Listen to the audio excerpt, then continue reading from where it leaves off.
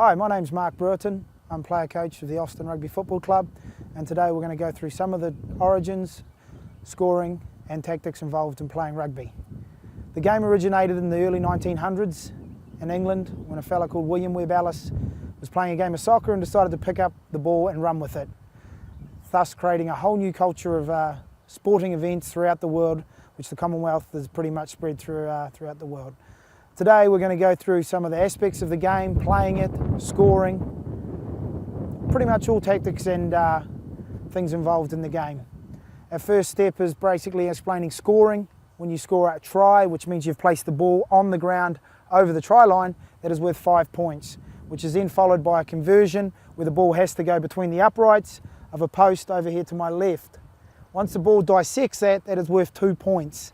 Other ways of scoring are through a penalty goal. From anywhere on the field, you can be awarded the penalty. You can decide to take a shot at goal. Again, the ball has to dissect the uprights.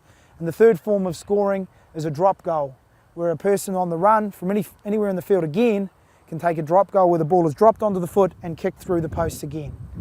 The origins of the scorings are varied. I've started out originally, the try was worth 3 points, but in today's rugby environment it's worth 5, because the idea of the game is to promote scoring, and scoring tries creates more points. Also involved in the game, we have 2 set pieces. One is a line out, which when the ball is kicked into touch, we set up two even lines next to each other, and we lift the player up into the air and the ball is thrown in and caught by the player put up in the air. That is one form of restarting the game when the ball goes out of bounds. The second form is called a scrum.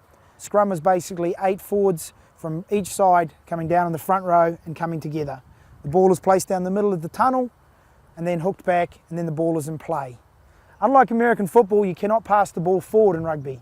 It always has to be passed laterally or backwards. And the person behind it generally runs onto the ball from a standing start from behind.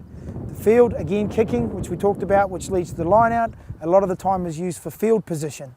Field position is relatively crucial in rugby because you don't get a lot of timeouts, the game does not stop. It's 80 minutes long with 2 40-minute halves with a 5-minute break in the middle. There's no offense and defense, which changes. It's 1 to 15 playing both until the coach decides that you can get subbed in. Once you're subbed out or in, you cannot come back onto the field of play. Most of the time, you use the same 15 players throughout the game. So aerobic fitness is quite important, that you do a lot of running, a lot of hitting, and a lot of tackling. So you could be holding the ball, carrying the ball one moment, and then defending the next.